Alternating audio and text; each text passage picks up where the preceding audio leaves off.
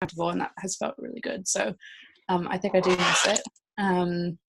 One thing that I've started doing is I work with a little co-op basically, and so we do all of our invoicing and stuff through the co-op, and then we do income sharing to kind of smooth out some of the ups and downs of contracting, and also provide each other like mutual support and that sort of thing. And we have a practice of like we've got a Signal chat group on our phones, and there's like a voice recording chat option, and that's how we do our check-in. So once a day, just like record like a 1 to 2 minute check-in as a voice message, and you can ask for help with accountability and stuff. Or like, for example, I might say something like, guys, I think maybe I'm taking on too many things at once and not doing all of them as well as I could. Can you like check in with me about that later, or something like that, which is pretty cool.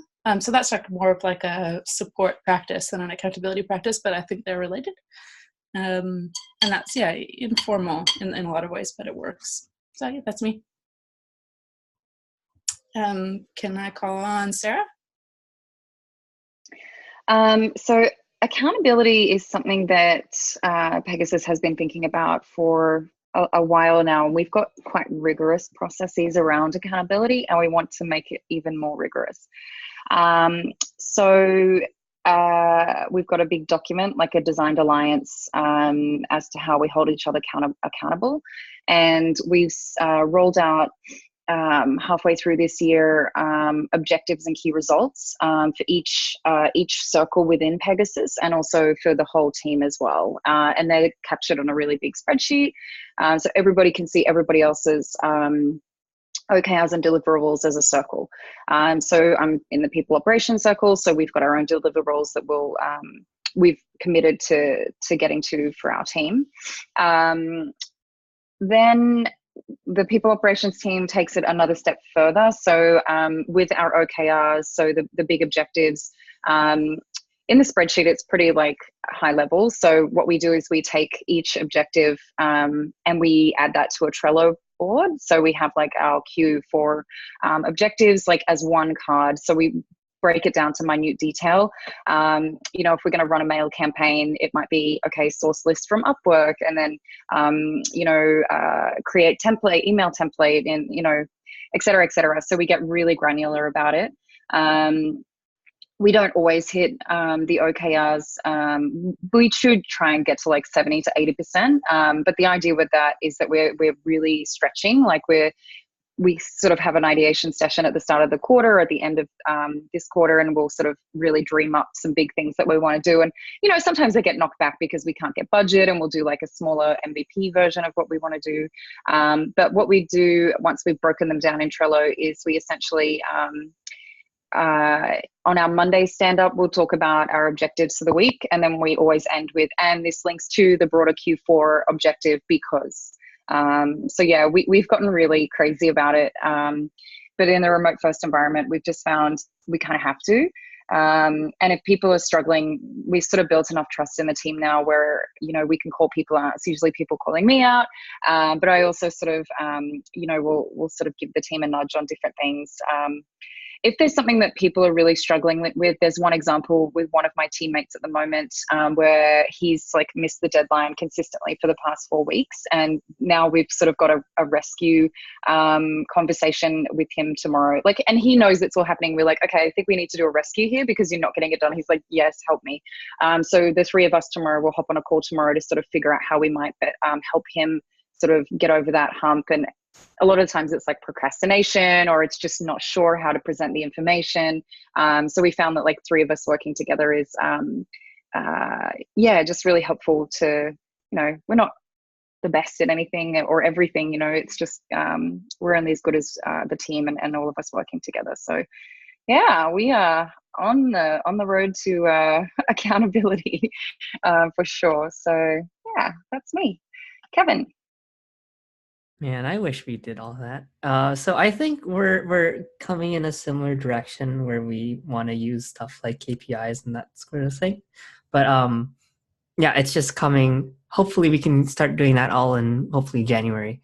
But as how it stands currently now, it's just a very sort of delegated structure in that there are specific. So whenever somebody comes on, we let on board, we let them see sort of like a little bit of the whole stack. So you can look at core, mobile, support, testing, whatever. Let them just see everything that's kind of going on, because it's kind of our ethos of transparency, and then let them sort of find their place where they feel like they can be of most effective work. So that's one thing. And so now we have these kind of self-created groups that each own their own product.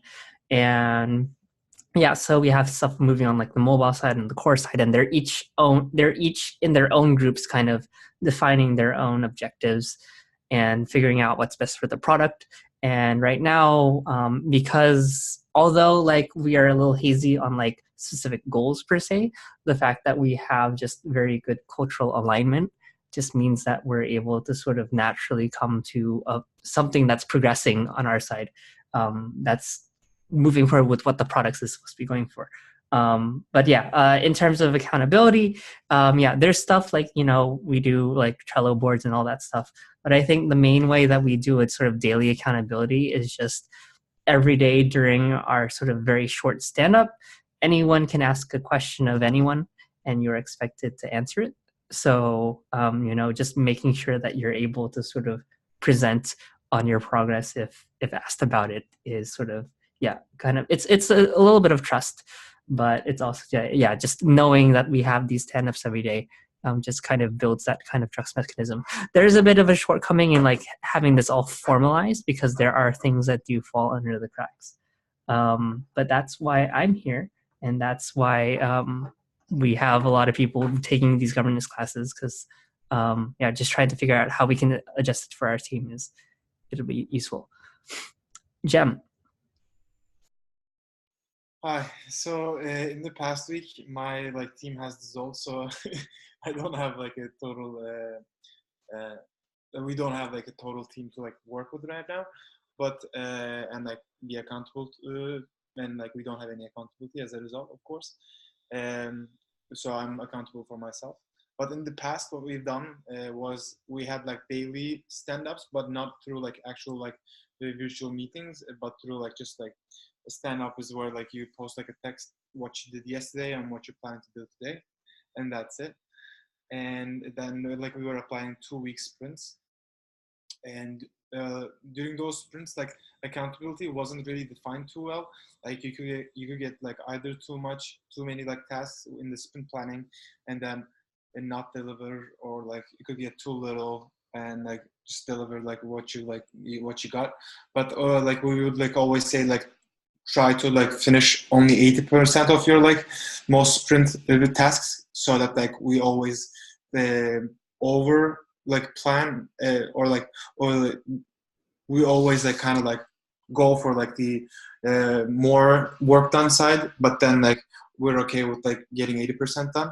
But in that case, like accountability becomes a harder question, because like then like when you see people not doing stuff, not finishing stuff, then there's like an already built-in excuse of that like you weren't supposed to finish stuff at the time, and not everything at least. So yeah, what else we're using for like to keep people accountable?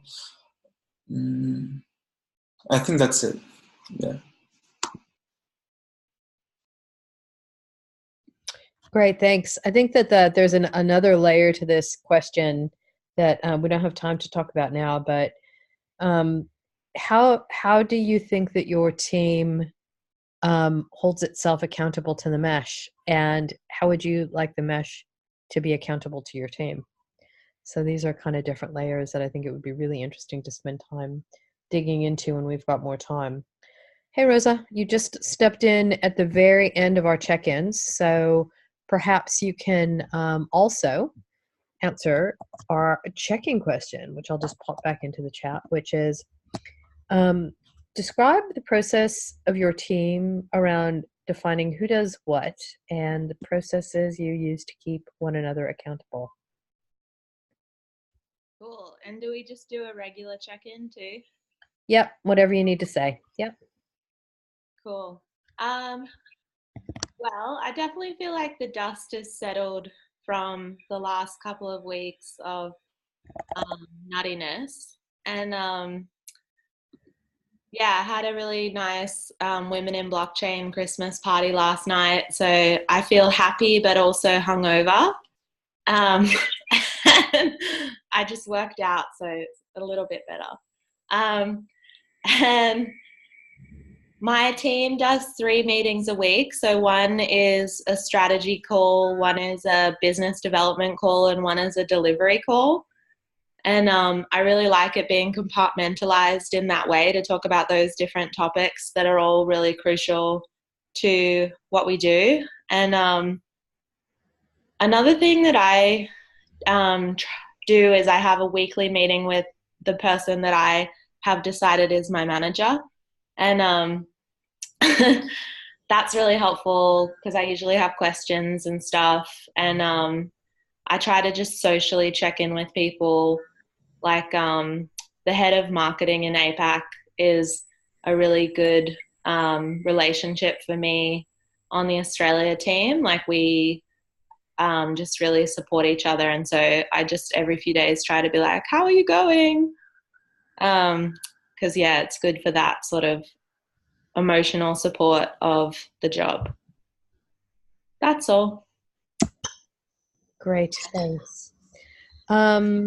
Right, Alana. Oh, yeah. I was going to ask everyone about how the prototyping is going. I just wanted to really briefly, I mean, that's like completely up to you guys, you know, how you want to take it forward and everything, of course, but how's it going? And do you need any support or is it all good? By prototyping, we're talking about like the testimonials, right? Yeah, that's right. The prototyping project that we were working on last week.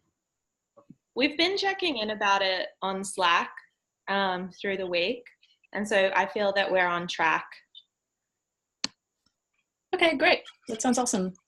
All right, then back to you, Susan. I'm just going to close the door. Yeah, no worries. I'm just going to share the slides. I uploaded like a minute and a half like testimonial of myself. That's what I got was like the deliverable. So I just like uploaded on the individual assignments part. Let me know if I'm doing something wrong. Great, thank you.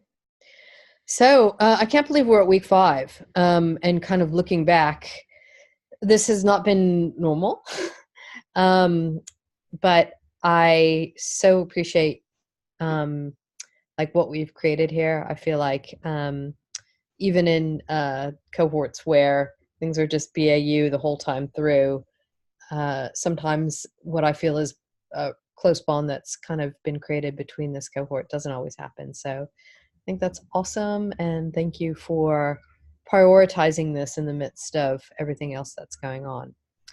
So looking back, what have we done? Week 1 was the self-organization. Alana, do you remember what that one was about? Yeah, well, we were talking about self leadership, and oh man, now the different things we talked about are kind of blurring together. But That's all right. It's on the next slide. So we did that map for change individual assignment, which I thought was really interesting, and I talked a bit about what our goals were for the course and that kind of thing. Mm-hmm. Communication and relationships. Is this still quizzing me? Quiz Yes. the other people. Okay. Okay. Communication and relationships. Does anybody remember what that was about? Transactional analysis. Like I remember reading the stages of adult life in terms of like relationships and stuff. All of our parent-child conversations. And then week 3, collaborative decision making. Rosa, what do you remember? That was where we read through definitions of holacracy, and there were a few other ones that I can't remember the title of. Yeah, and we did some work trying to analyze what we use mostly in our teams and what might be more appropriate for what circumstance.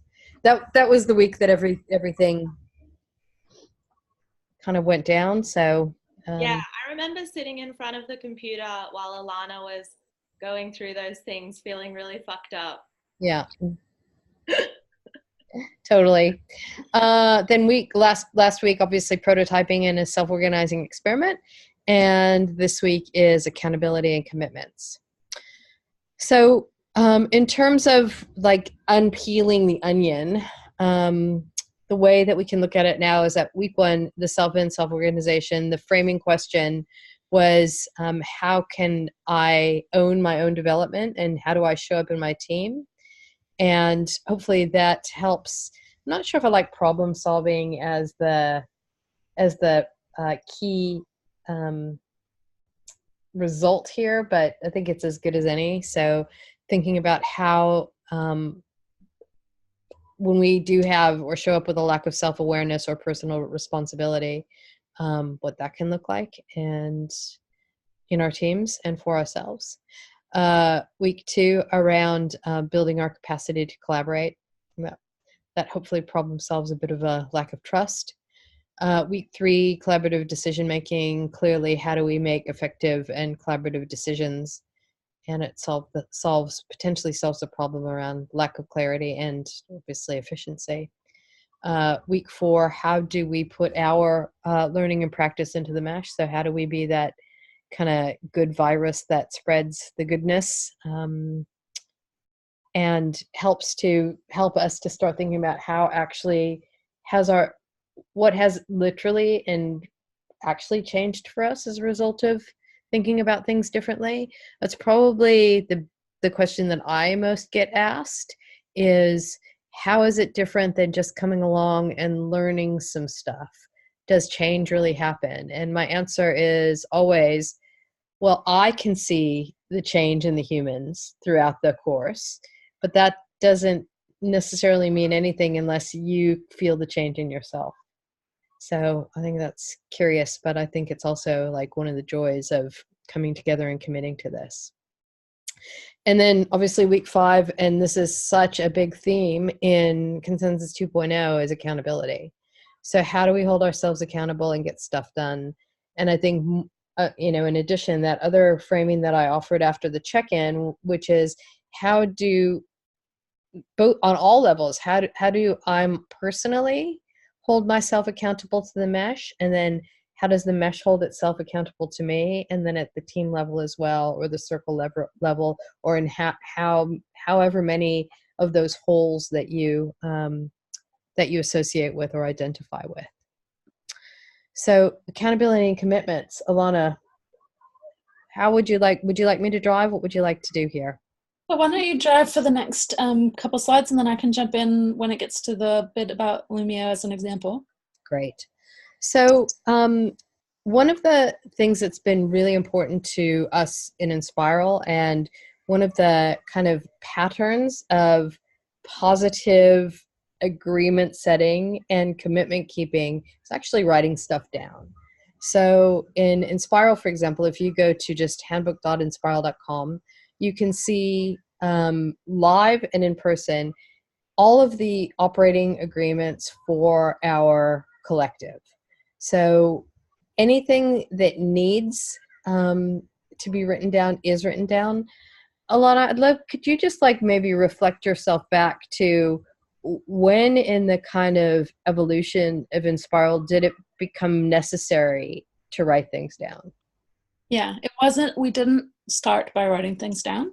We started by working together a lot, because the process of coming to these agreements was more about discovering and clarifying what we were doing as opposed to dictating what we should do. And of course there's a bit of interplay, once you write something down, sometimes people's behavior conform to it and stuff, but all this thing is in a Git book. It's like a editable document. It's constantly evolving.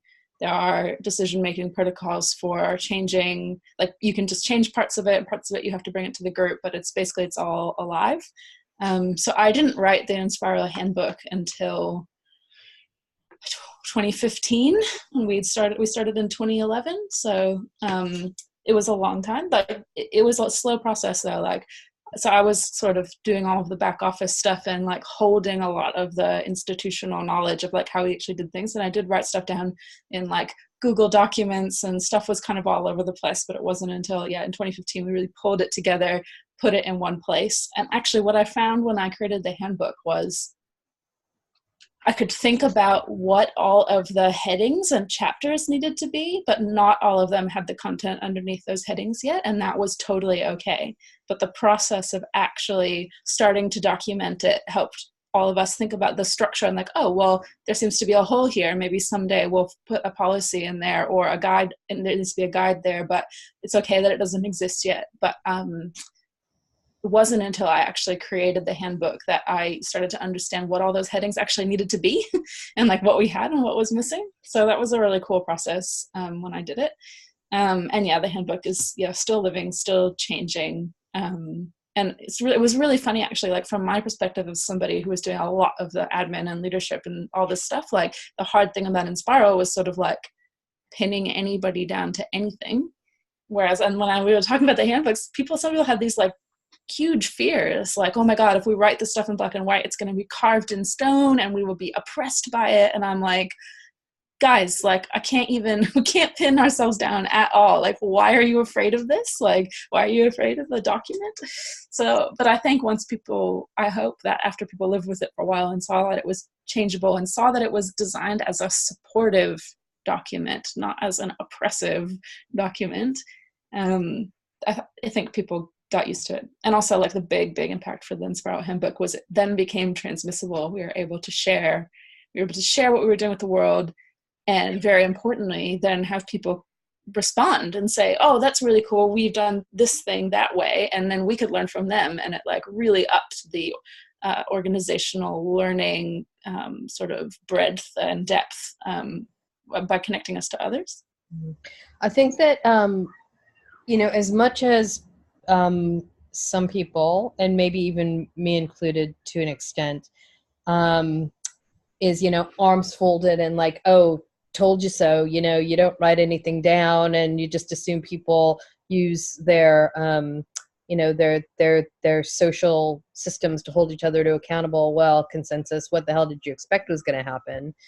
On the one hand, but then on the other hand, like it just came to me when you were speaking then, Alana, that like moving from 1.0 to 2.0 actually probably is the best gift that we have to start writing the stuff down now, because each of our teams have been going for some time. So we're not kind of coming in cold, not having any of the human elements or relationships or patterns or history, and saying, right, this is the way we're going to be. No, it's actually reflecting, retrospecting, what is this thing that we're in? What is this team that we're in?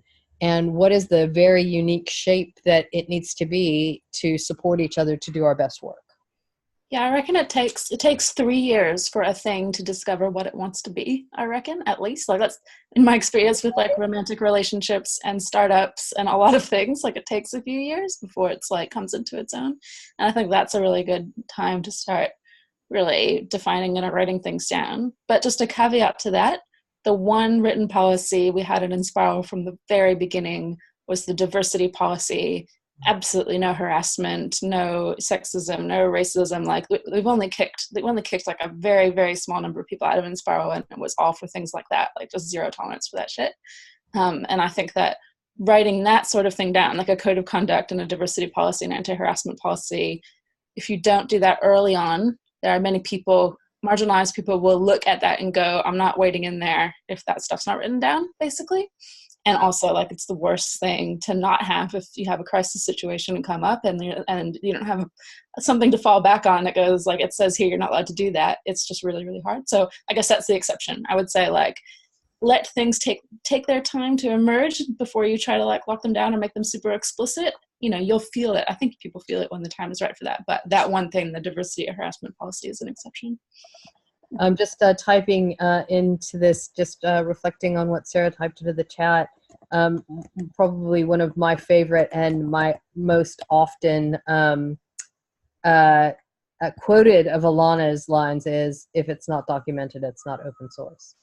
Yeah, that's absolutely true, because you can't share it and people can't share back their changes and stuff like that if it's not that was not documented. Yeah, absolutely. So and I know that Pegasus has some of this written down. Do any of the other teams that you're in have this stuff written down? I know that Solutions does in terms of their constitution. And would you call those agreements in both cases? I don't even know what's in the Solutions one, to be honest. I wouldn't call it an agreement. I would call it like a framework or something.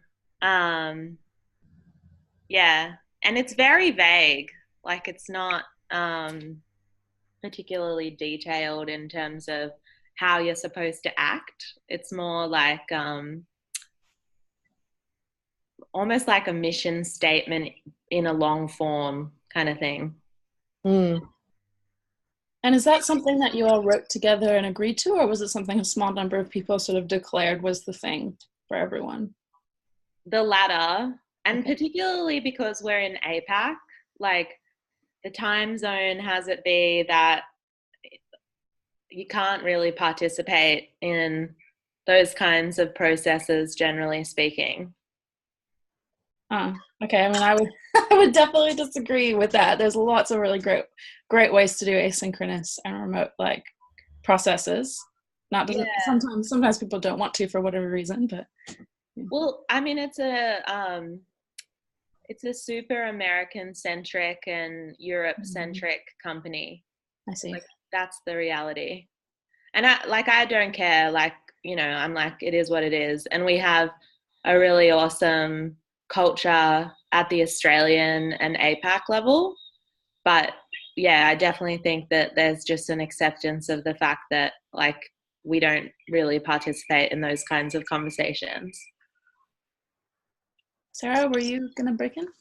Yeah, I was just going to say, kind of similar to maybe your story a bit, Alana, we had issues in the team that sort of just surfaced this as kind of mission critical, had to document all of our processes. We have actual agreements that every single person on the team has signed off on. And anybody new, and I'm actually working on a project at the moment where I'm weaving in to our interview process, sharing expectations on how we communicate, how we hold each other accountable, how we give feedback.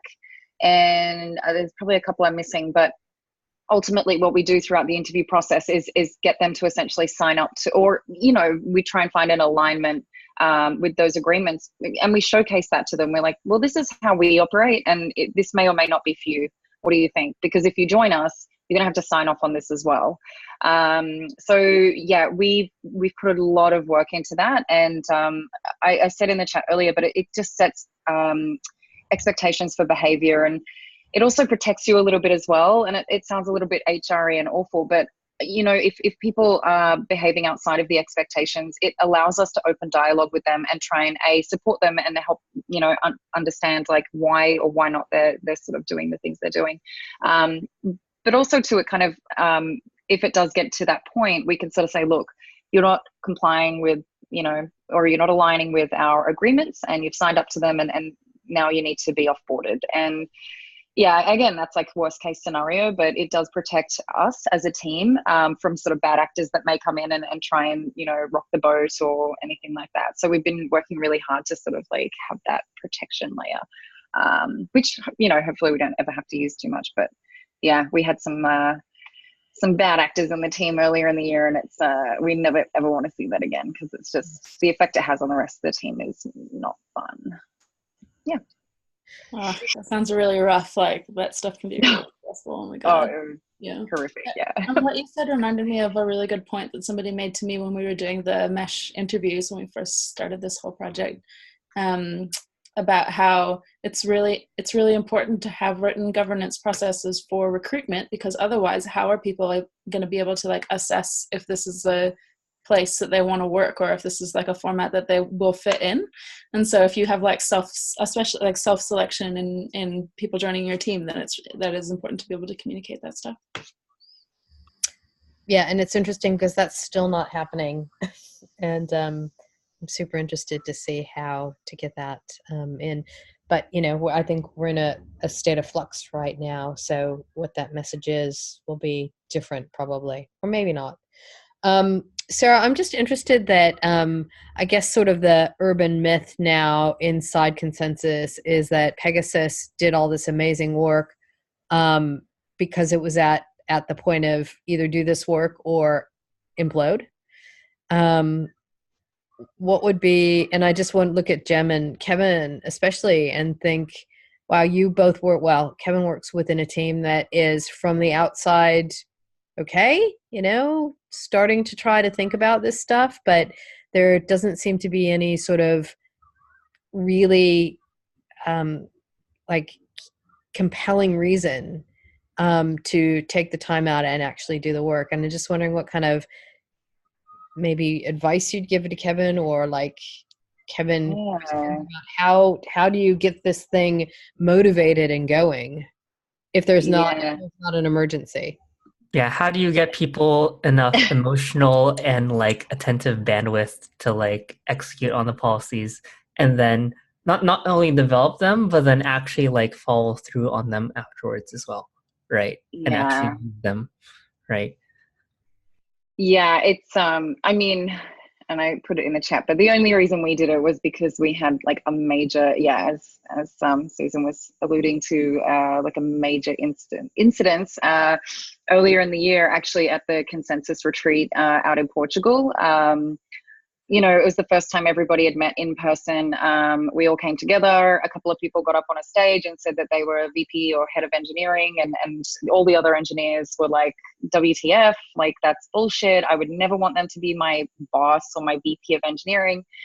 And then it all just kind of imploded. And I think a lot of people initially looked at that and they were like, oh yeah, we shouldn't have job titles. I'm like, actually, I think there's a deeper root cause there. And it's that we're not built on a foundation of trust, and nobody has any of the expectations set as to how we operate and behave. And what, the real reason was like, it was so weird for someone else to see this guy being, I'm the VP of engineering, and because no one had set any expectations. And it was kind of like an interesting start for me, because I joined Consensus unofficially on the 13th of December and my official date was like the 3rd of January. So this was like 6 weeks after I joined, and I'm like, what have I done? This place is nuts. And so Joe and Jeremy Miller were at the retreat and they were like, you guys are effed up. Like, we're shutting you down unless you can resolve this right now. And I don't know if you guys know Jeremy. I love the man, but my God, he is very aggressive and was basically like screaming at us for half a day. Like, you guys are so screwed. Like, you've effed this up completely. And we were all like, I'm like, I've only been here for 6 weeks. It's not on me. And a few others were doing the same thing. But it really pushed us to action. And we created a working group of 5 people that the team nominated. And I was part of that working group. And we were tasked with setting the expectations for all of that stuff. And some of that work we sort of carved off toward the end. But as we were going through that, it was surfaced a lot of people issues that we had on the team. There was a couple of bad actors on the team that were manipulating and back channeling and just being kind of like not great team players and sort of spreading these weird lies. And it was very weird behavior. And I still can't really understand what they were going for with that. But they were sort of more senior people. And I think they were sort of berating the junior people, and it was just really weird. And so we sort of got to a point where we're like, okay, you two are no longer welcome on this team, like you're afforded. And we had to make some really hard calls, but we couldn't just like vote them off the island. We had to develop an offboarding process in which we then had to execute, and it was a nightmare. Like, the OG working group, as we are known now, I was crying on calls. Like, it was so bad. And just some of the stuff that we had to go through as a team, it was really shitty. And then not only that, once we developed all of these processes in partnership with the rest of Pegasus, every town hall would be like, oh, and now we've done this, what does everyone think? And everyone would have to sign off. So it was like very collaborative, painfully slow.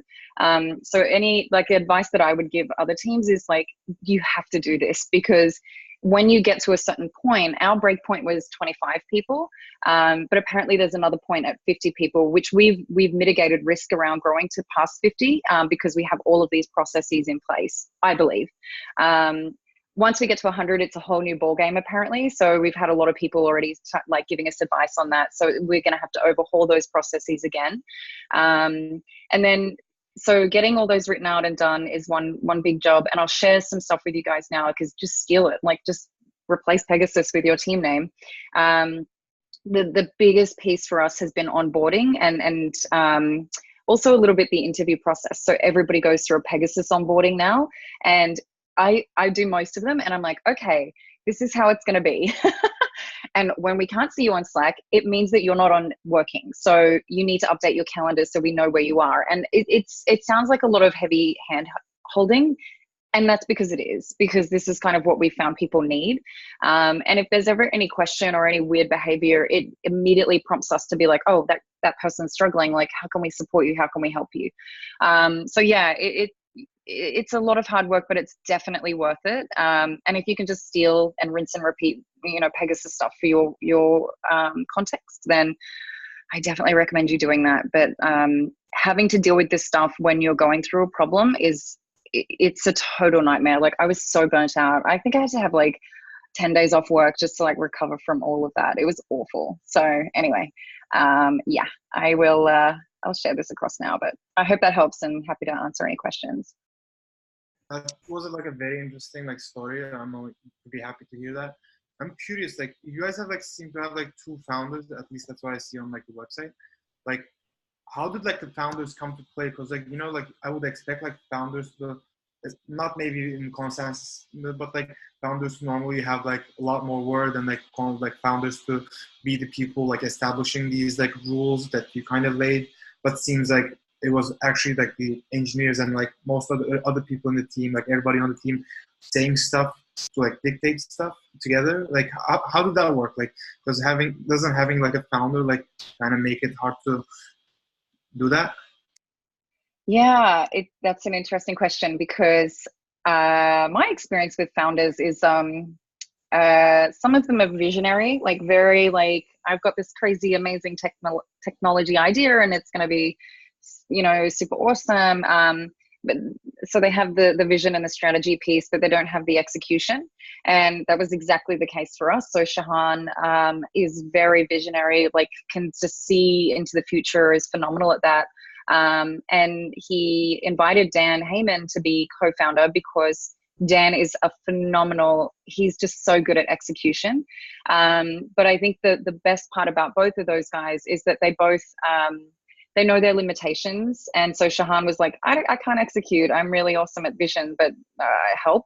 And so he brought Dan in, and Dan's also like, well, I don't have all the answers. So the best answer is going to come from all of our brains together.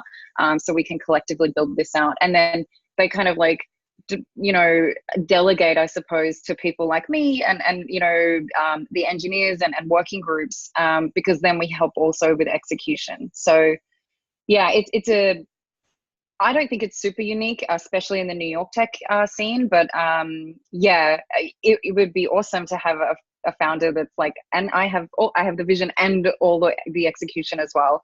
But it was really, it was co-created. And I think that's what makes everybody on the team so passionate about it. And anybody on our team could literally walk you through our communication agreement, our accountability, our governance processes, because it's so like ingrained and indoctrinated in all of us. So yeah, I hope that answers your question. I'm hearing like a couple of things. I just want to reflect back on what Sarah is saying that I think are important for developing these kinds of agreements and processes. Like, I'm hearing that there was a transparent process, that people like there was a shared understanding about the need, and there was a shared understanding of what was being done. I'm hearing that it was like a co-created consent-based process, that people were involved in the development of these policies. I'm also hearing that these policies are alive. They're not written in stone, that people assume that they will be evolving as the team evolves.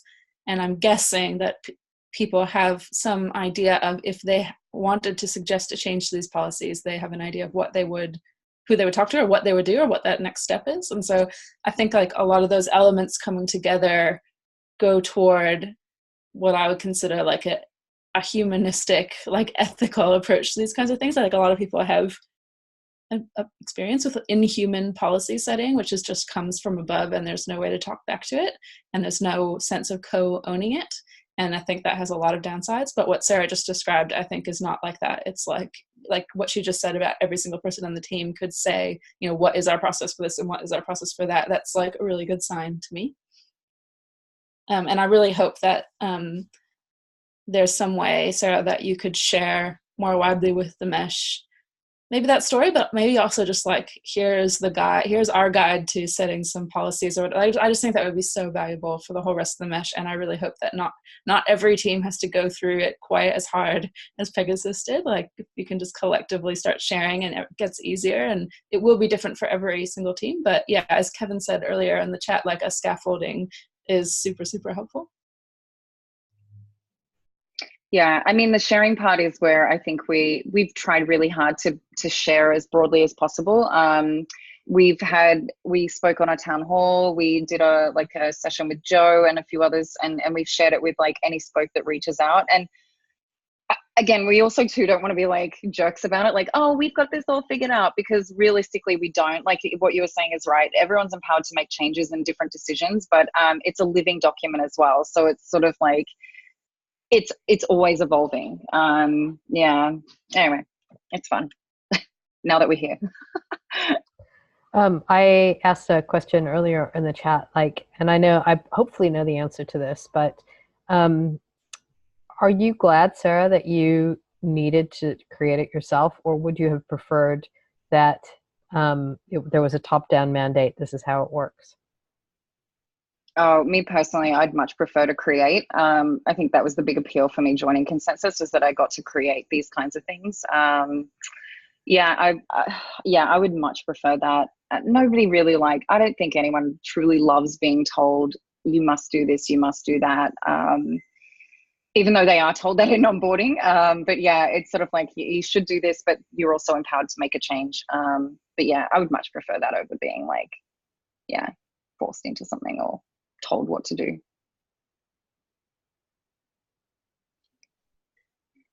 Susan, you're muted. Cool. Let's just get through the last few slides before Samantha arrives. So we've talked a lot about how we can be accountable in teams through agreements. We haven't talked so much about how we can be accountable to each other.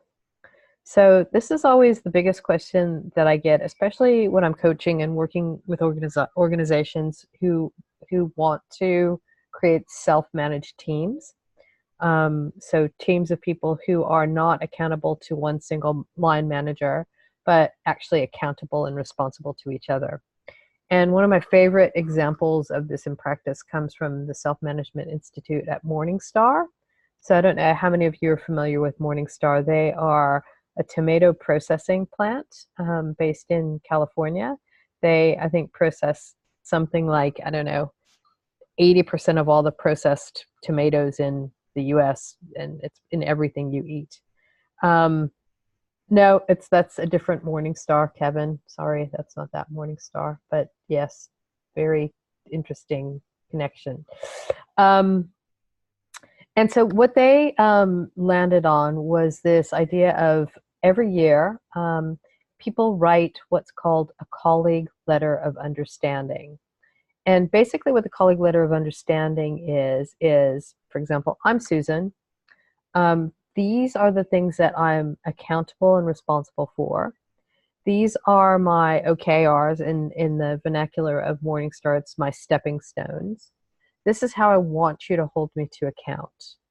And I will have a small circle of probably 4 or 5 people who are my clue partners.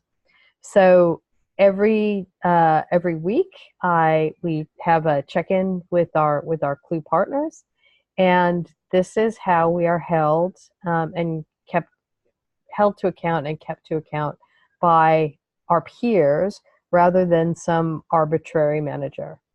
So I really suggest that you take a look at the video that's in the reader about the clue process.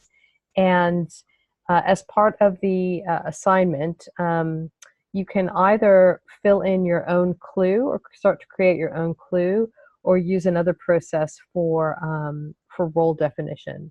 But yeah, I think Alana, you went and visited the factory. Do you have any neat stories about what you saw there? I was there in the off season, so they only do this seasonally with the tomatoes. But I got to go out there and visit Doug and like see the plant, and it was pretty amazing that it's like a gigantic, super high tech facility, and it runs completely on these peer-to-peer agreements. So that sort of just made it like made that very real to me, that this thing it's scalable, and it's also applicable to capital intensive work and high tech work. Yeah, so I just thought that was really cool. And I guess like my overall impression, like I've met Doug several times and talked with him, and just his like deeply held personal convictions around non-coercion, and just it is wrong to tell somebody else what to do and to impinge on their freedom, and just like how he has permeated that through every level of the work that he does. And I just found that to be quite interesting and like moving in a way, like how sincere that was. So it's cool to look at what they do. Yeah, and he was a lawyer by trade, and then became the CFO of the org. So I've got a wicked plan to get him on a call with Fritjof and John Chard and the legal team to kind of give them an idea of how it's possible, and not only possible, but how really truly liberating it is, and how there is no compromise between working this way and getting world-beating results. So fingers crossed that I can make that happen in the new year. Doug's up for it anyway. Alana. Yeah, I just wanted to throw in these examples because I always think it's really helpful to see very practical, living, real examples of these sorts of things. So Lumio, which is the decision-making tool, has developed a lot of really interesting processes as a cooperative. So there's a little link in the corner, lumio.coop. Is something to look at if you're looking for fully fleshed out real life examples applicable to a small team, as opposed to like Inspiral is like a big sprawling network, more akin to the mesh, and whereas Lumio is a small product based startup. But it's a cooperative, so everybody who works in Lumio co-owns the thing together. And so we developed some very interesting consent-based but highly practical ways of forming, it was a process of like quarterly strategy setting, and then basically working groups, and like everybody's roles in working groups would change once per quarter, and we would make these decisions together to best fit, because it was in a kind of a high change, small pre-traction startup kind of environment. So I would encourage you to have a look at lumio.coop if you're interested in that. And there's like the working together section. It starts from strategy and then goes through lots of different things that fall out of that, including setting up working groups, which is where the concepts of like roles live. And there's also other aspects for, I think the thing that must be married with accountability is support. Like it is not, I think it's wrong to like push someone for accountability if there's not something holding them up behind them to give them support. And it also doesn't work to just support people and never give them that push of accountability. So I'm not saying that the techniques that Lumio came up with will work for everyone. I'm just saying it's one example. Can you go to the next slide, Susan? So like every quarter, this thing would completely change. So this was a different quarter, and like the company just looked completely different. The company structure would change heaps every quarter. There are probably pros and cons to that approach, but I think it's cool I think it's fully fleshed out. We iterated on it for 5 years. So yeah, take a look at lumio.coop. Great, thanks. And so just Sarah, before you go, just individual assignment is to create a role profile for yourself using either the role expectation canvas or the colleague letter of understanding template.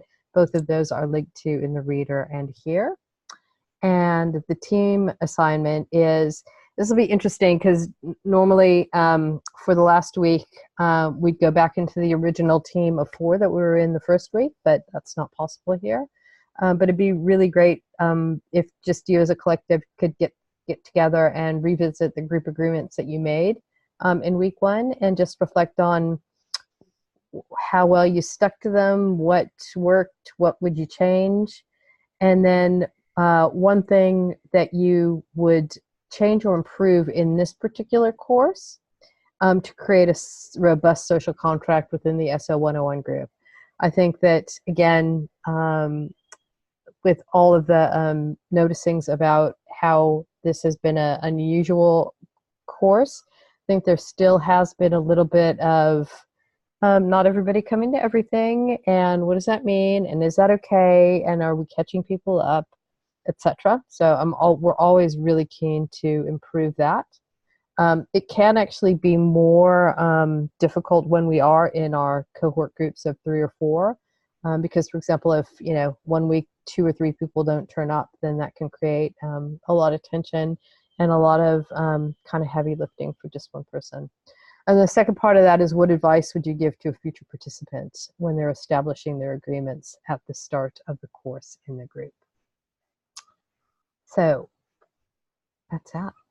And Samantha should be with us in a moment. Any reflections on the last hour before Samantha arrives? And anything maybe you need to say, Sarah, to leave well into your party this afternoon? No, I just, thanks for listening, guys. And if there's anything I can help you with, I'm always happy to walk people through all the stuff that we went through in finite detail if that's going to be helpful to you. And yes, I'm sorry I'm missing the last half of this session, but Christmas party calls. So have great days and evenings, and I'll see you all Thursday. Lovely. See you then. Bye. Thank you. Have fun. Thanks. Bye. So, Alana, you said 5 years it took for you guys to make that your structure? Yeah, so it didn't take the whole 5 years to have any structure or anything like that. We just, Lumia went through several, there's a cool, actually, in the handbook, I think on the working together section, like chapter page, there's like a overview of the different evolutionary phases that Lumia went through. Like the first phase was like a completely volunteer open source project and like a swarm of like part-time people, and then evolving from that into like more of a accountable team, and then from there into this other format. Like I think we came to understand the need for management and had to develop a consent-based management practice, which we called coordination. It was basically just like it evolved like an organism or something like that over the course of over years.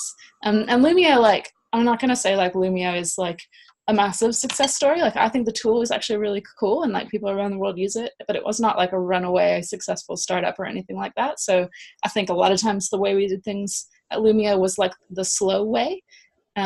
So I think it's cool that if somebody could take where we left off and like get there faster than we did.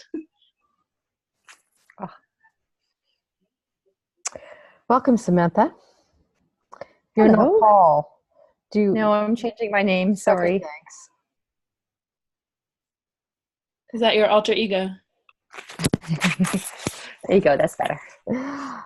You're looking mysterious with your curtains and your plants. Yeah, it doesn't really work. My lighting here. It was like a new spot, but it's like let's go like that. How's that? Interesting. Better. Still.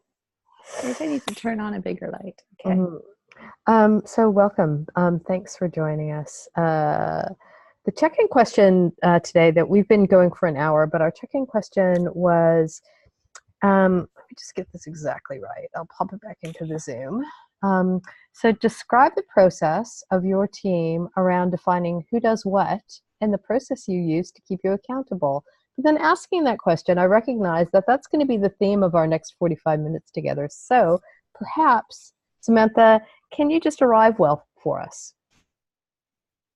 Can I just arrive? Yeah,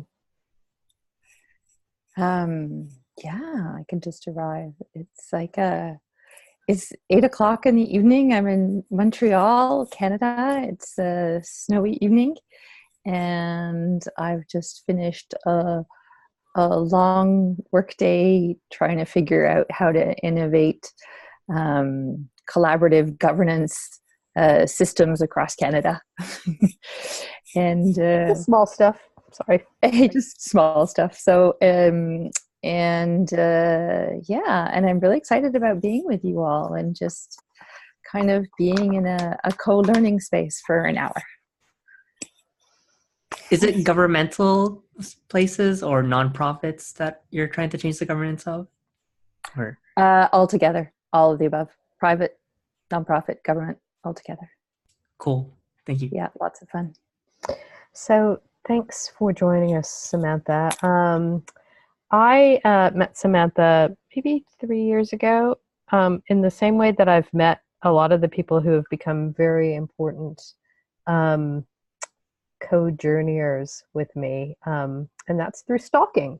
So I read something that Samantha had blogged about on, I think it was either on Medium or something linked from somewhere around her organization's role definition process.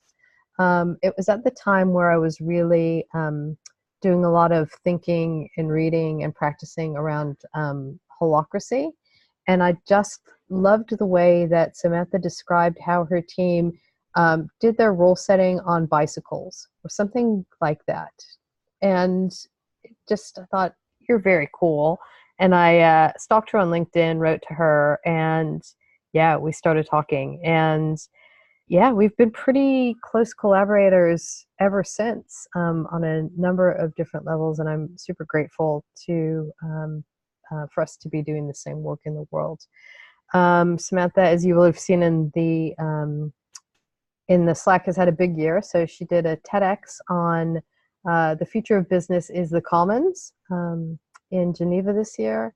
She also, BK Publishing published her first book called Going Horizontal, How to Make Your Organization Self-Managing One Practice at a Time. I don't have that quite right, but it's close enough to that.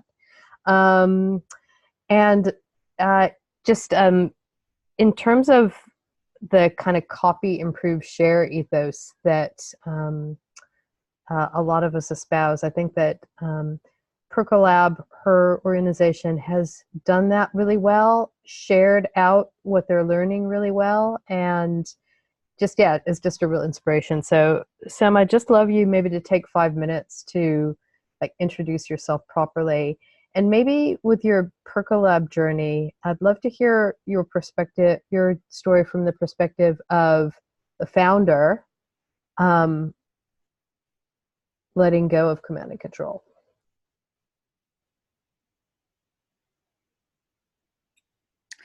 You know what's great is that like every week is a new story.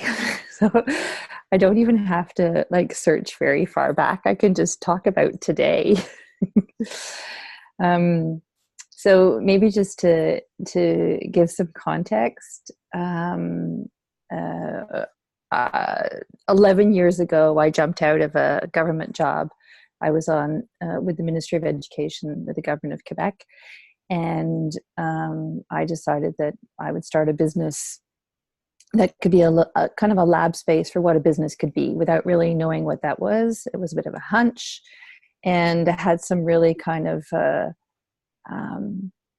great values that were coming from a place of being more intuitive than made explicit. So as the team grew, we were initially surprised that people weren't being as involved in the leadership as we thought they had space to be, and to do all the things that we thought everybody was free to do whatever, because there were no rules that were limiting people. It turns out that wasn't enough, because everybody had been kind of habituated with organizational structures and functionings and wouldn't give themselves permissions to step out of the ways they were used to functioning. So I guess about 3 years ago, we decided to really formalize a system that could help everybody to step out of their habits and reflex and into a new place for themselves, all of us together.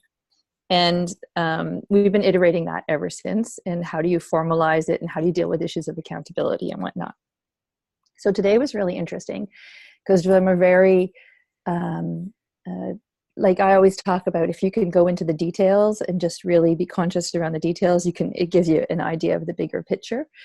And today was this tiniest example of, there was team meeting, and we had all agreed to be on a specific topic. And I found myself for the first time ever with the team going, I can't really be focused and present at team meeting today because there's something that hasn't been done. And either we do this together or the person who's accountable for doing it leaves the meeting and does it. And if none of the above happens, I will not be attending the meeting and I'll be taking care of it myself. It felt very funny in the meeting to like name it all like that. But it was like, any way you slice it, this is so important that I can't actually be present and productive in this meeting without this being done. And it wasn't a blaming thing. It was just like a factual. And everybody was like, oh. And so I said, so you guys let me know. What do you think I should be doing? Are we going to deal with it here? Is the person going to go or am I going to go? And they were like, well, we really want to deal with the topic that was planned. And I was like, okay, fair enough. No problem. I'll step out and I'm going to work on the thing that for me needs to be done. Really interesting. I've never done that before today. and it felt kind of like, this feels like funny and awkward and yet appropriate. And I'm doing the thing that needs to be done. And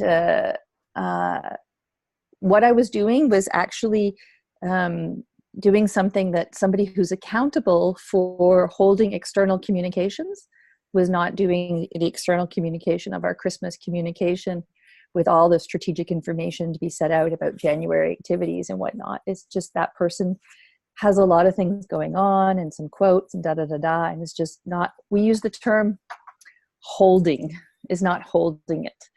And it doesn't mean the person needs to do it. But if you're holding it, it means you would put back into the center of the group and you would say, I am unable, I know I'm supposed to be holding this, but I'm really unable to do it. And could somebody else pick it up and make sure it gets done? So not only had it not been done, it hadn't been put back in center. And to be fair, this is a new person joining the team and she's been with the group for 6 months right now. And lunchtime was her lunch to decide about if we were ready for full integration. So it's kind of an interesting day. So I wrote the newsletter, went back to the meeting, Then we all went for lunch. And at lunch, we just had a little check-in about, okay, so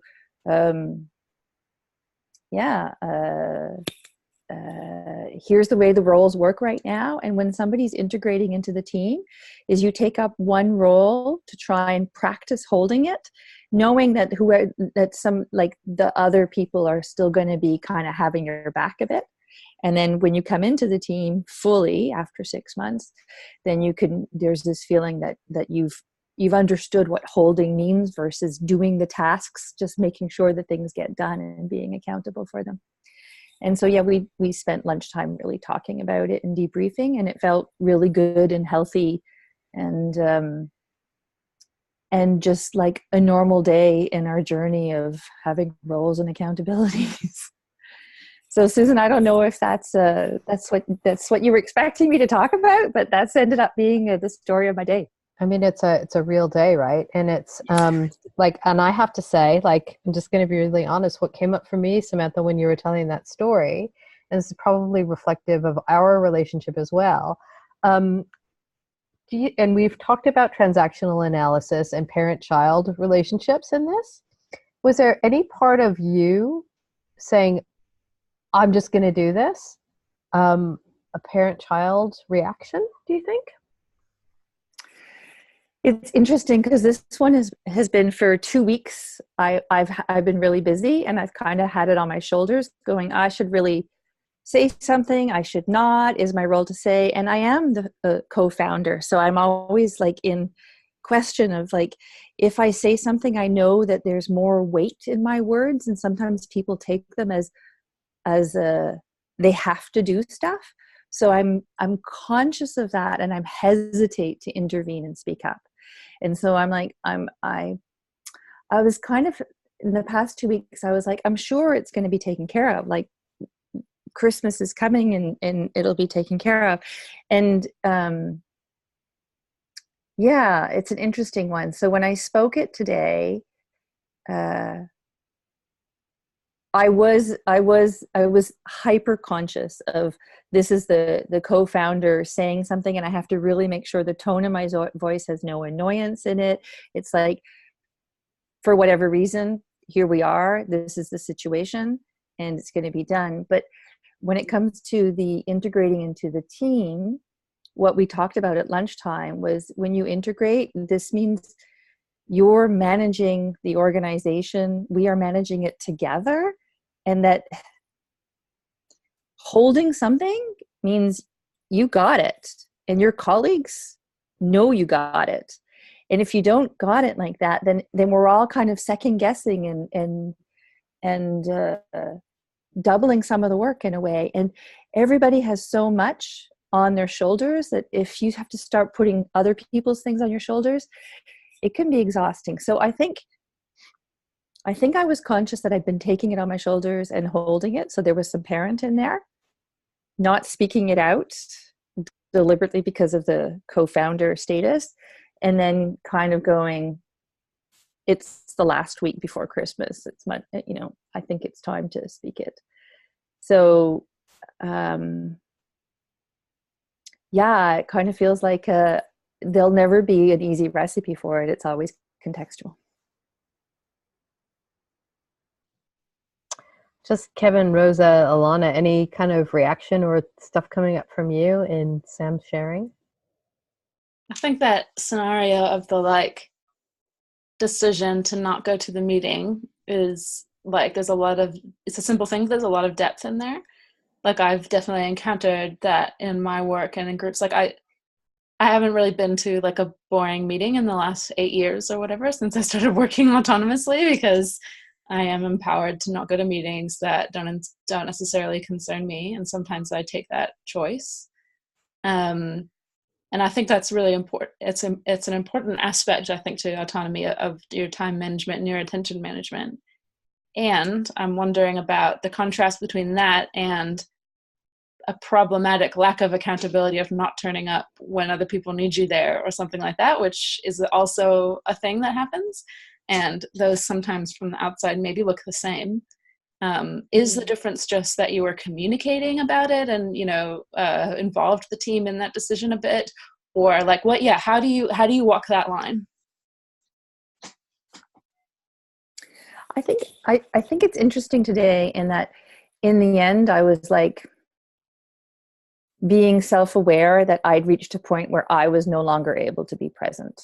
And I think just the practice of going, hey, oh my God, it must be huge for me, because I can pretty much, manage things. And I was like, I won't be listening, and letting people know I'm not going to be listening. I'll just be writing on my computer something else in a disengaged way, and I'll be injecting dysfunctional behavior into the team. Being able to own that is this isn't stuff that we usually bring into work world, right? Being able to say that. And I do hear you, because I think for me, team meeting is important. It's once a week. We're having a collective time. Everybody's and then we commit to 2 hours a week to being together. And so in a way, not being there is I don't treat it as something I can turn up or not turn up to team meetings. I turn up to team meetings, but we do breakout sessions. So in my mind, it was I'm just doing my own breakout session over here. And so I came back at the end and I did do checkout with everybody. So I felt I did have a little connecting time. And I think the fact that so many organizations don't do breakouts in team meetings holds back the energy flows and all the things that people want to be doing. And I think if you start allowing breakouts, I don't know if you guys do breakouts in your team meetings, but that really brings you back to doing things that you want to be doing. Yeah, I find that the only time that we do breakouts is when I reach the point of feeling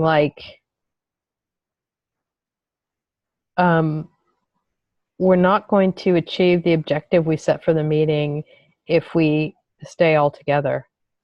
But I can feel that energy bubbling up until I have to say it. So yeah, just curious about how to make that maybe more elegant. Kevin, what are you saying in the chat? Sorry. Well, I was trying to answer Rose's question. Yeah, that's what it is. Just doing this small groups.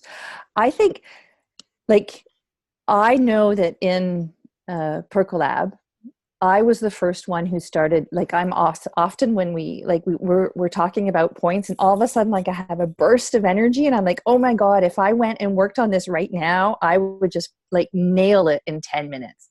And if I have to sit in this group, those 10 minutes, that energy will be lost and it'll take me 3 hours to do it thereafter. Like, I'll just be like, right? So I started practicing just being able to go, I'm really energized by this. I'm going to like go on over there. If anybody feels called to work on that with me, will join me, and I'll be back in 15 or whatever. I'll name the time. And when I first did that, people were really, really upset. And they were like, you can't, we're together. And it was like we had to unravel this thing that there's being together and productivity and energy. And if you can be self-aware of your energy and like own it in a collective, contributive way, and then come back and feed back to the group and do checkout, then you can really you can work together well. And so I think it was probably maybe 3 years ago I started doing that in team meetings, and since then most people do it, and it's become a normal practice. But when I go out to other organizations, I realize that this thing about breaking out in team meetings is completely not used and generates stress. Yeah, I don't know how we became accustomed in organizations to not allowing it. One of the big themes today that's come up is, you mentioned it, Alana talked a lot about it, and Sarah, who was on the call but had the nerve to leave to go to a Christmas party, was talking about and I think that is something really present for Consensus right now, as make the move from Consensus 1.0 to 2.0, is what you shared at the beginning, that you couldn't understand why when people were coming into the space and coming into the team with all of the autonomy to do whatever they wanted, to build this thing however they wanted, but weren't actually stepping into it. About how Alana was reflecting back on sort of the first 4 years of Inspiral, where people had ideas, but nothing was written down. A lot of it was in Alana's head. A lot of it, Joshua was acting out impulsively, and we're literally afraid of anything being written down, because, you know, the idea that this piece of paper could have some coercive power. And then what's happening in Consensus now, which is, you know, the experiment for the first 3 years was kind of Joe's belief that if he found the best and brightest humans in the world and put them together in this experiment, that they'd figure out how to self-organize.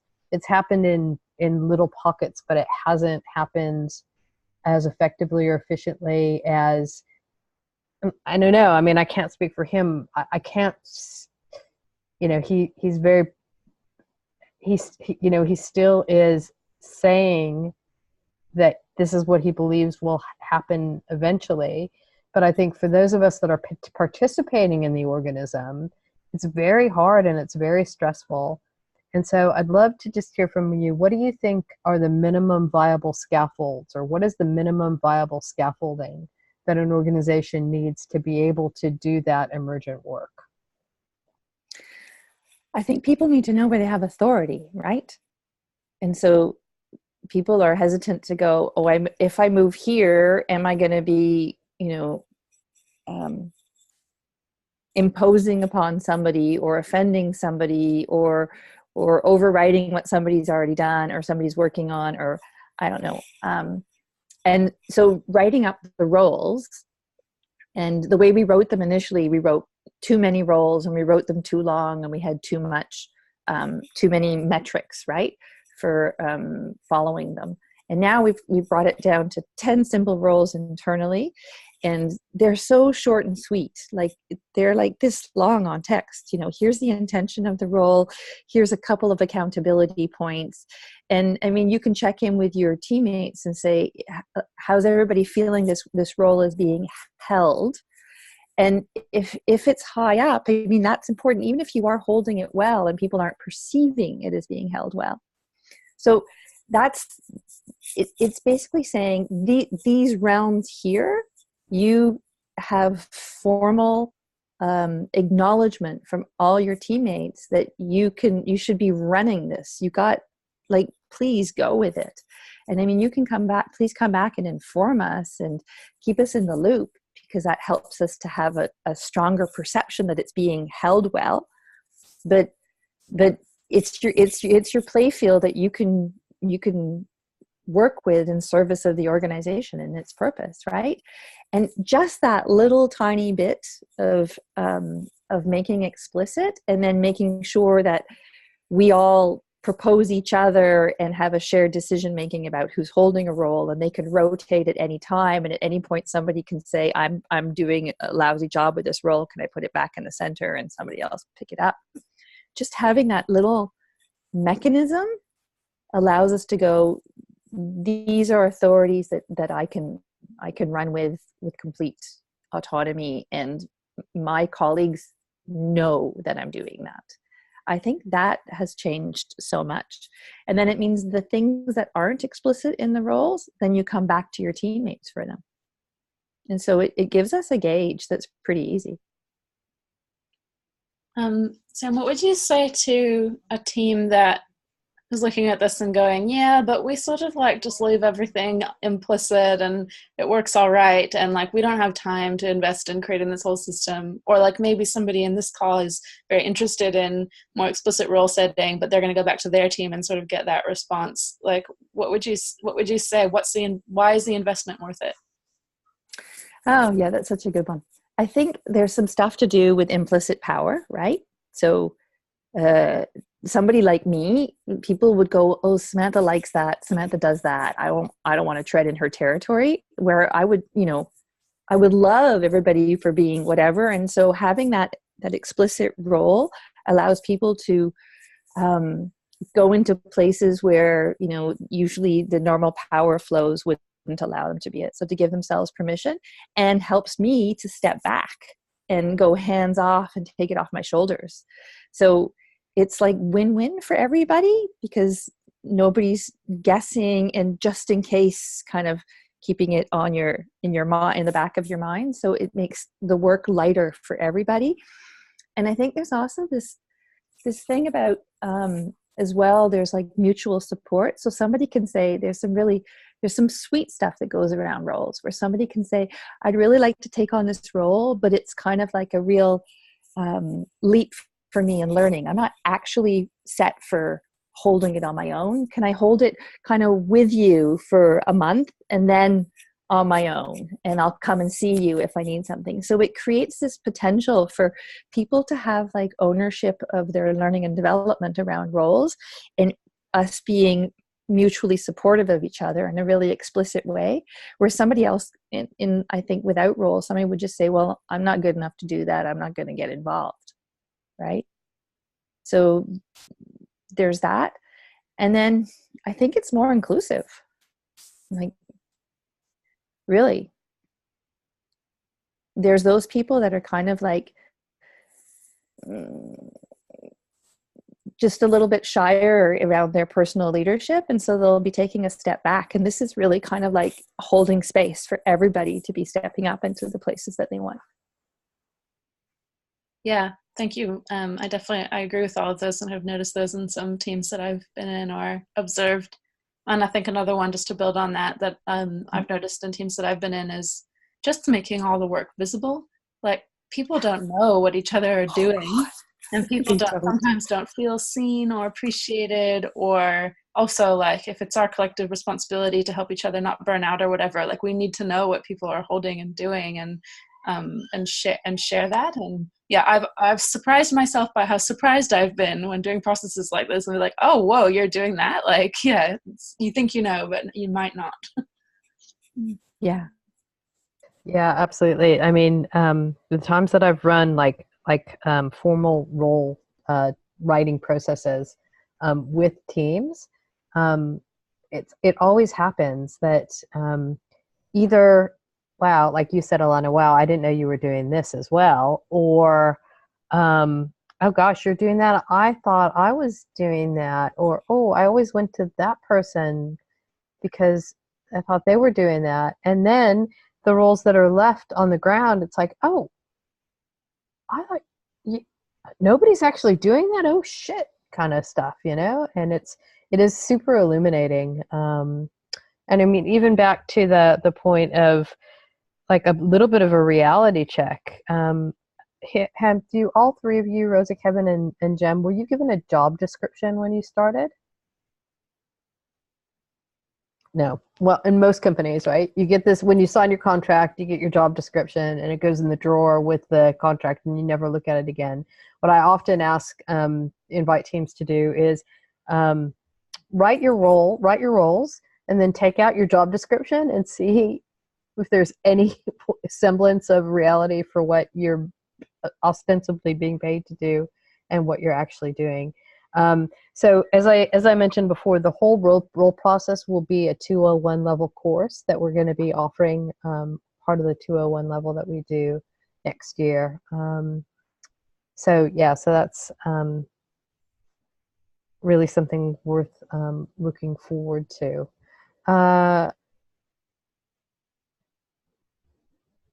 Sorry, I'm just reading the notes here. Another question that came up for me, Samantha, when you were talking, and it's clear that everybody that joins Percolab or comes in and participates with Percolab also knows that they're coming in to help build the thing. So one of the questions and opportunities in consensus is that, from the sort of first point of contact with the people in talent team, anybody that's thinking about joining this thing should kind of be given the invitation, if not the clarity around your step. You're being recruited to do this per specific technical or tactical role, but the expectation is that you'll also wear this other hat of helping to build the thing. People don't really know what that means. So I'd love to hear from you how you have that conversation from the first, and any experiences you've had of people coming in but kind of not getting that and then being freaked out and running away. Yeah. This year we had a few freaked out and who ran away, who basically said, I just want to do the work, not the kind of evolving an organization and imagining, what an organization could be, because it's not just running an organization in our context, it's also, innovating what an organization could be. So it's a lot of non-conventional thinking. And so, some people were like, part of that's exhausting and I'm not into that. And I was like, and that's after being with us for a while and being involved in it. So it's kind of, I think it's maybe when you sign up for a job, don't you? And so how all of a sudden you're either doing a job, which is your work, or you're doing management, and we separate those two, right? So at Percolab, we're blending them, and that can be confusing. And the reason why we had the lunch talk today was because we're really trying to be intentional about new person coming in. Like, do you really get it's the two? And does that get you inspired? Does you go, yeah, that's really cool, I get to do the two? And is that part of, I think we're sitting with a hypothesis that people are actually into doing the two, and that it makes sense. But what I realize is it does take a lot of support, because you're unraveling all these assumptions you have of where the world works. So at one point you can just feel overwhelmed. You're like, I really have to do all of this. the management stuff settles. And what we've noticed is people who come in who have management experience, they find it easier. And those who come in who don't have management experience, it's like we're doing part of the onboarding is not just into the work, but also like giving some real support to step into what it means to be accountable for things. It's a bit unnerving. And I'm a taker if any of you guys have ideas on how to fast track that, because we talk about how it's our onboarding is long, and it's probably because of this. I don't know if there's a way to fast track it, and I don't know if you'd even want to. Like, if you look at the core cooperative principles, like ongoing education and capacity building and how to be a cooperative co-owner is like an essential part of the whole experience. And I think it's not that different when you're talking about autonomous or self-managing teams. Like, everybody has to participate in a piece of the management work because it's distributed among everyone. But what I wanted to ask was, I think in order to do that kind of work effectively, you do need some skills and you do need some confidence, but you also need quite a bit of context, like to make a decision like, is this team meeting more important or is the newsletter more important? You do need, I think, a high level of context. And I'm wondering, how do you give people the context they need to make those decisions for themselves if they're not like you, who is a founder who has like heaps and heaps of context coming in?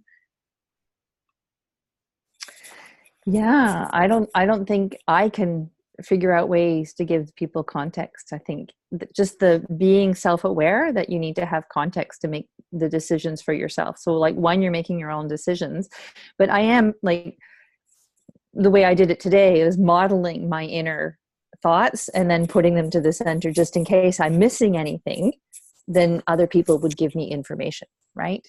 So not trying to have all the context yourself and allowing, the collective intelligence to show up and help you. Rosa has a question. Yeah, I would love to hear about managing emotional fatigue, because I think like doing all of this peopling can be really hard. And you said something really interesting about like bringing your own dysfunctional energy to a meeting. And I love that word dysfunctional, because I just think that it's so,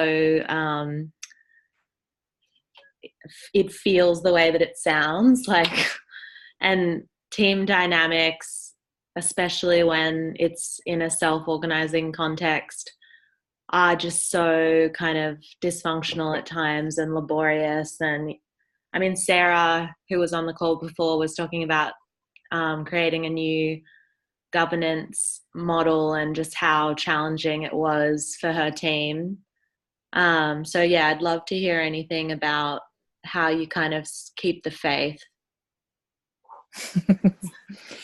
When I look at the stats of how normal traditional organizations function and like the amount of suffering they generate on a daily basis, like it doesn't take me much to keep the faith for working like this. Like, we're showing up real and we're learning to start becoming self-aware of what we're experiencing, being able to say, oh my God, you talk about that needs to be written. I have so much energy to write it like that. And right now is okay if I go out and like write right now, like just being able to voice that and be in a much more explicit dance of me as an individual and my preferences and things I want to do and the needs of the group and the organization.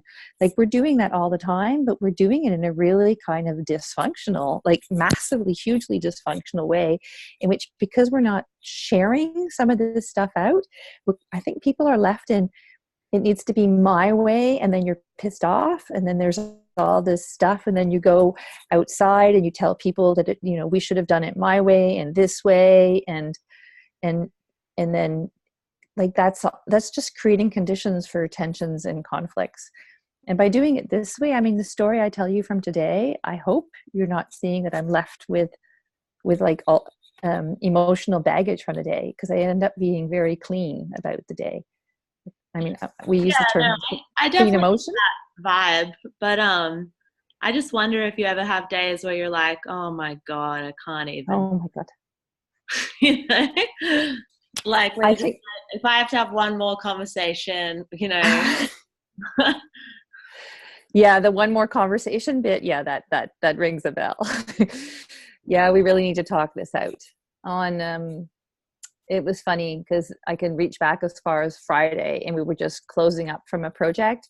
And I think in like normal world, the project would just be done. And in our world, the project was done, but there was some emotional kind of just like strings left hanging. And what we've been learning is when you leave them hanging, they grow into stuff. And so what we're trying to practice is, like, if you feel the strings hanging, you just gotta sit down and have that hour conversation. And on Friday, I was like, really? Oh, man. And I was like, I know I need to do it.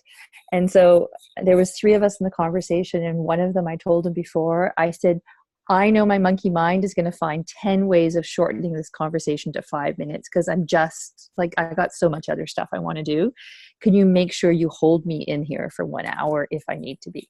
And he was like, okay. So like I asked for support because I'm self-aware of that. And we had the most beautiful, just 3 go-arounds, and everything was sorted and clean. And I feel like afterwards I was like, yeah, this is why we do the conversations. But is it okay if I add to what Samantha just said, Ressa, on your question? Oh, cool. Thanks, Samantha. That got me thinking about a lot of really interesting things, I think. And it just brought to mind an example from my own team today. Like, so I said we're working in this little cooperative. There's only 3 of us, but we do this process of voice message check-ins through our phones. And yesterday, like, one of the person's check-ins was like, he was really mad at the other one, and just like said it really honestly, like, this comment that you made me feel really angry and frustrated for these reasons, blah blah. And then the response from the other person was texting back saying, okay, I hear you, because this other stuff is going on, I don't have capacity to properly emotionally respond and hold this conversation right now. And they just decided to sleep on it, and then today came back to it and moderated their emotional engagement to their actual capacity, because trying to push yourself past like what you can actually do, I don't think is a recipe. But that comes from like long-term working on trust, relationships, self-awareness, communication, and like, you know, they didn't do that interchange perfectly either. Like, they're still learning about all those things, but it just struck me that in some teams, responding to somebody being angry with you with, I can't talk to you about that right now, might be like a terrible escalation. Whereas in this context, it was just like a really healthy interchange. So I have a feeling that in Samantha's team, because they're always working on these different levels, like you practice and it probably gets easier and easier with each other. What do you think? Our most liberating practice, really, and Susan will laugh about this one because it's in the last year we've gotten so much better at it. Can you just witness each other's words? You don't need to respond to them. You don't need to have a big talk through. It's like just having, like when I talk about the conversation on Friday, it was 3 go-arounds of witnessing, and we really set the stage before. It's like, there's no reacting to one another. There's no justifying or whatever. Just speak what you have to the center and let the others receive it the way they'll receive it in the next one. And with 3 go-arounds, it's just diffused and done. And we were back into like shared graciousness together. I don't know. And I was like, I could see at one point, one person spoke and the other one was like, and now collectively we're like, no, that's like, we know what that's going to be. If you start speaking now, like, just be in this practice of speaking and witnessing each other. It's a tricky practice, but what's great about it is it's efficient. I have a question, but like, if somebody does not respond to like someone else's like view of the conflict, then like how do you like move forward with solving the conflict? Are you asking that to me? Yeah. So that's the whole idea, is you just put in the center. You don't need to respond. I mean, I think the it's always in the way it's framed, at least to say we're having a conversation and this is the question we're in inquiry around, and agreeing on that, and then having the go arounds of just witnessing. You're not responding to one person, you're all responding to the question in a way, and that's enough. Jim, can you, I wasn't sure I understood your question. Could you say it again, please? Were you asking about their conflict resolution processes? Yeah. So I was thinking like, like during conflict resolution, someone like might respond to like individual specific opinions. Then how do they like move forward with the progress? That was my question. But I think Samantha like kind of answered that. As long as you're speaking from I, we do position that at the beginning, right? You can only speak from the I.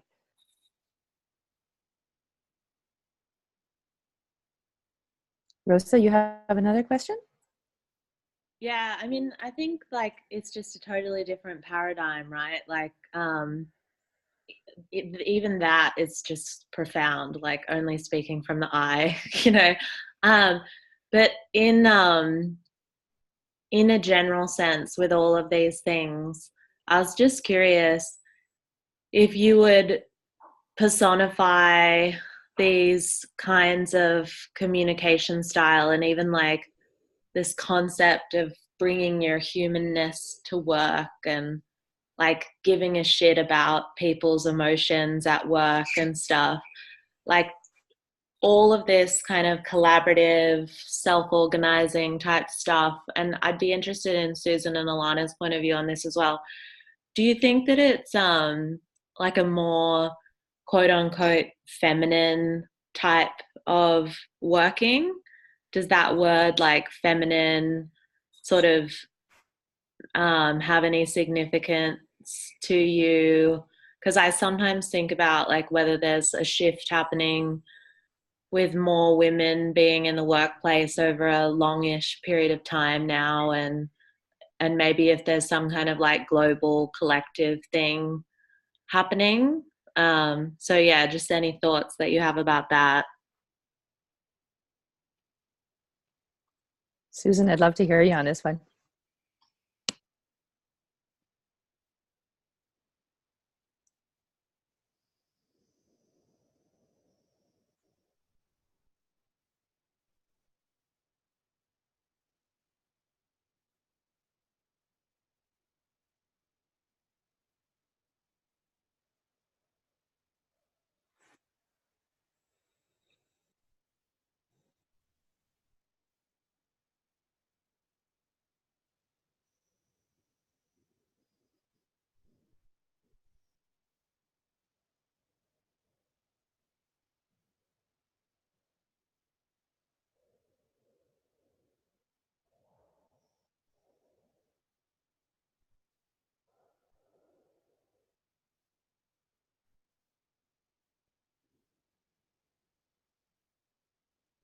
You just went on mute. You're still on mute.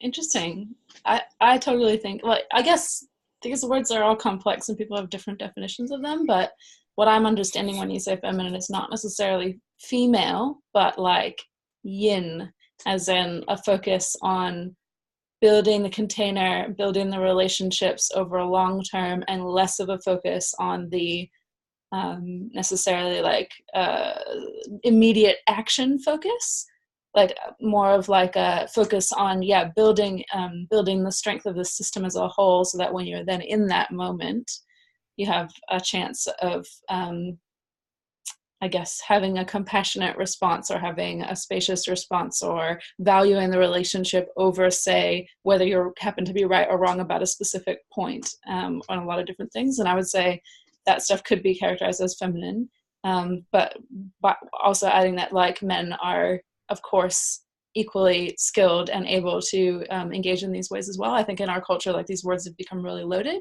So like I would have responded an emphatic yes to you, Rosa, because in my subculture that is what those words mean. But other people might have a different a different view.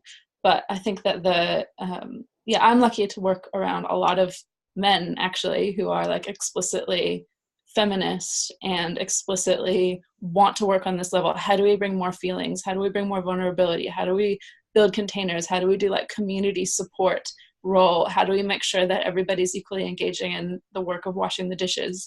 And these kinds of questions, which I think are classic sort of feminist ways of thinking about things. So yeah, that's my thought on that. So I think the way I answer this question just depends on the day. So I guess right now what comes up for me is that I notice that in traditional organizations, the culture is built on, I'm an expert at this, I'm good at this, and you're showing up that you're like good at stuff. And a lot of what we've just been speaking about here really makes you feel the humility of a learner and being in your own self-reflection, self-awareness. And this is like the requirement to learn is being humble. And that's a different kind of paradigm than this, like, I got this, I know this kind of thing. You know, we more feminine, definitely with more humility. And I think that well, if we talk about being more fair and caring and relational, if for you that means feminine or feminist, then yes. And if being fair and caring and relational means being human, then it's being human. I don't know. That's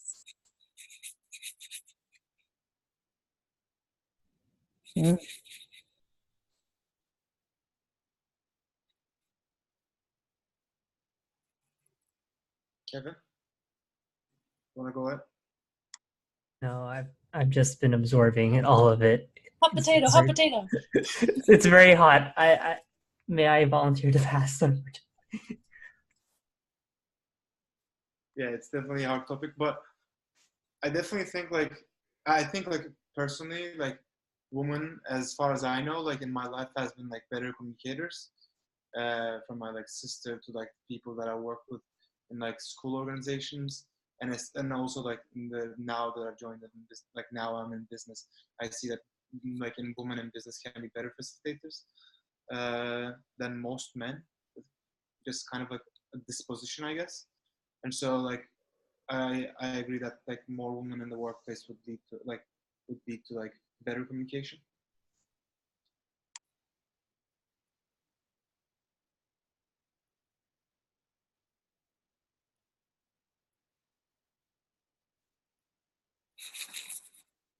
Do Kevin and Jem and Rissa, do you have any more questions for Samantha? Or like, what is this bringing up for you in terms of applying it to your own teams and situations? I almost feel a little bit like, do you think it's gonna work? You know, like when I watched your TED talk, I really enjoyed it, and I was stoked when I heard that you were going to be on the call today. And I'm just grateful that there are people like you in the world, like all three of you and you two guys, just people that care about this stuff. Like, it's so heartening. And that word yin, like, I also find guys in the tech space to be quite yin a lot of the time, not always, but it's one of the things I really like about it as well.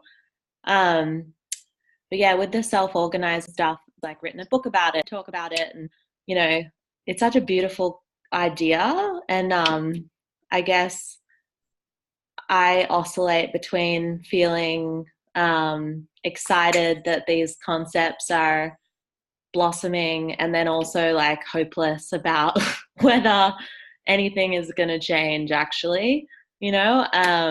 And yeah, so I sort of am like, oh wow, you know, it's really cool, but will anything change at a broader level?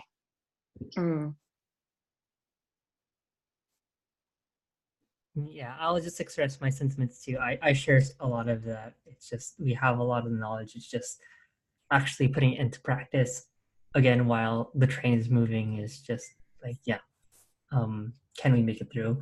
But I personally think there's a good opportunity, at least for my team, because most of us are going on holiday, and I personally have chosen to at least defer my holiday until the off season.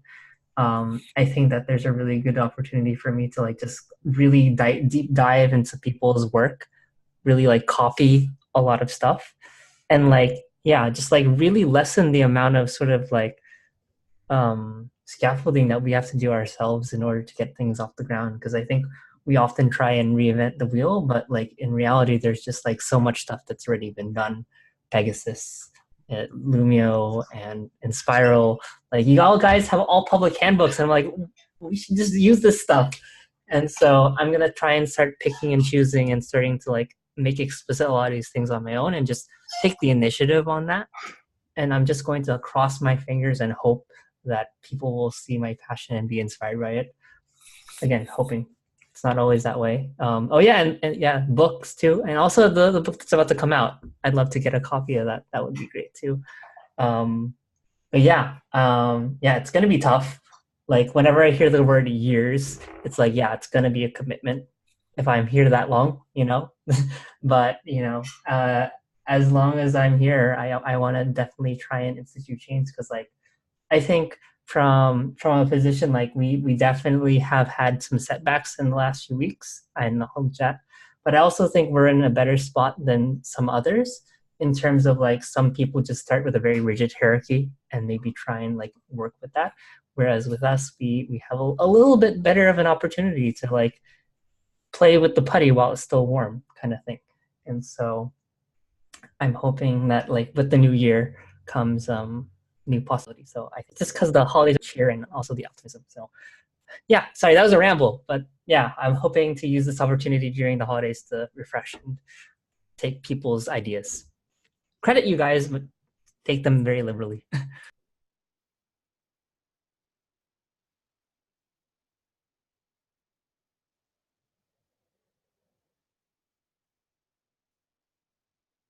Yeah. So like my current like process, like my current like part, where I'm at in the organization is not 100% defined. So like I don't know where I would like apply these concepts. So whenever I talk or think or like learn about these projects, the processes, and like these like new ideas, like I always like kind of was envisioning like applying them later on, and like keeping them in my like tool stack really. So I'm planning to go through like what we've done in the course in like next month, once or twice, so that like I can keep them in the long-term memory. But like I don't know when or where I will get to use them. Yeah, that's it.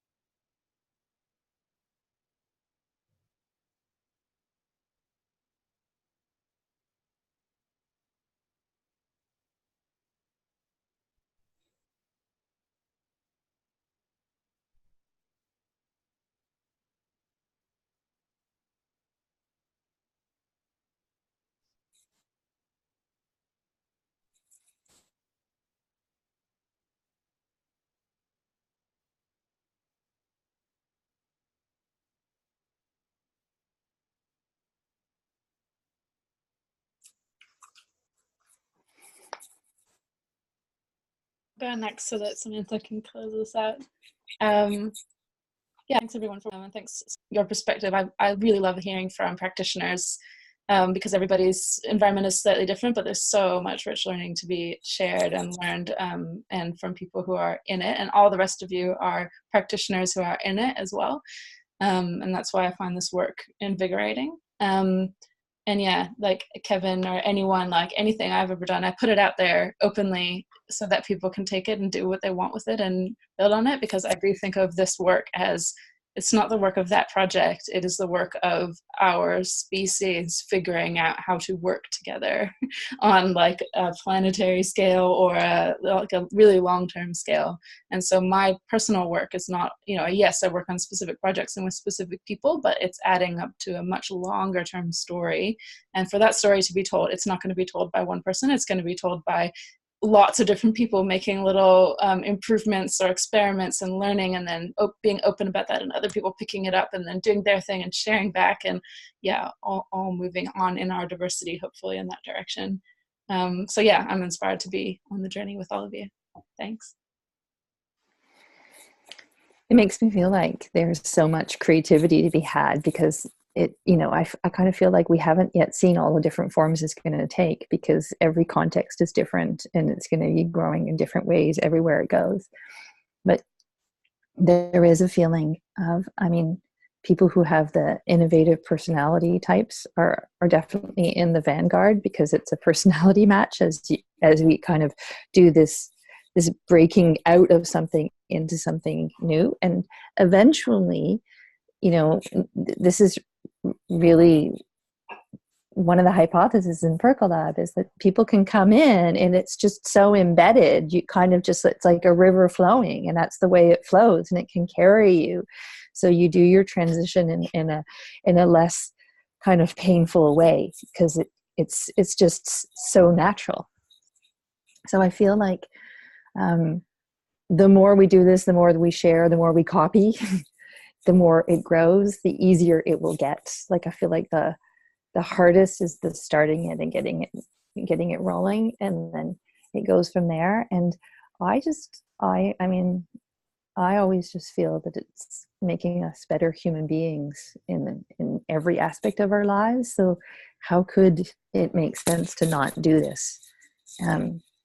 So I have reason every day to get up and continue working like that. And sometimes I was thinking, you know, one of the coolest I feel that I was just having open and they taste them. And the other day I was meeting somebody who's going to be a CEO at an organization, and she said to me, the thing is I can't be a CEO like I would have been before, because I attended 2 of the meetings and I had that feeling of what it feels like to be connected to yourself and others in the workplace. And it's like you said, Susie, now once you've seen it, you can't unsee it. And so, yeah, I'm really happy to have met everybody and call the fellow pioneers in this way of being and doing.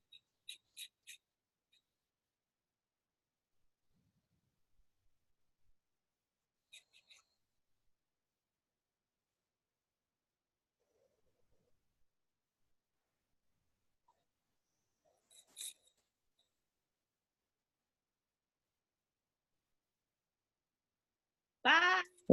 Bye, everybody.